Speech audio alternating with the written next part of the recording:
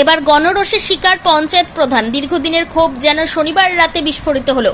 কাছড়াপাড়া গ্রাম পঞ্চায়েতের প্রধান তথা কল্যাণী ব্লক তৃণমূল কংগ্রেসের সভাপতি পঙ্কজ সিং জনরোষের মুখে পড়ে গণপ্রহারের শিকার। অভিযোগ, ভোটের ফল প্রকাশের পর থেকে তিনি আত্মগোপনে ছিলেন। শনিবার রাতে কল্যাণীর লেক পার্ক সংলগ্ন একটি আবাসনে তিনি আশ্রয় নিয়েছেন।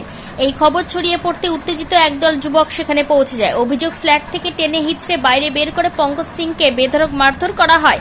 মুহূর্তের মধ্যে ঘটনাস্থলে চরম উত্তেজনা ছড়িয়ে পড়ে।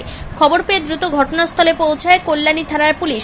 উত্তেজিত জনতার হাত থেকে পঙ্কজ সিংকে উদ্ধার করে পুলিশ নিজেদের হেফাজতে নেয় এবং পরিস্থিতি নিয়ন্ত্রণে আনে।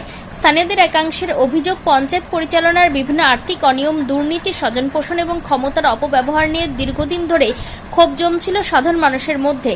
সেই ক্ষোভেরই বহিঃপ্রকাশ হিসেবে এই গণপ্রহারের ঘটনা ঘটেছে বলে দাবি করা হচ্ছে।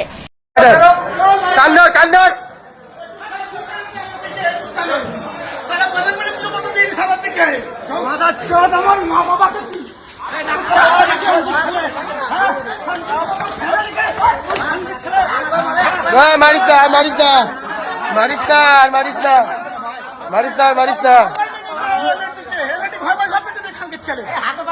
মারিস না।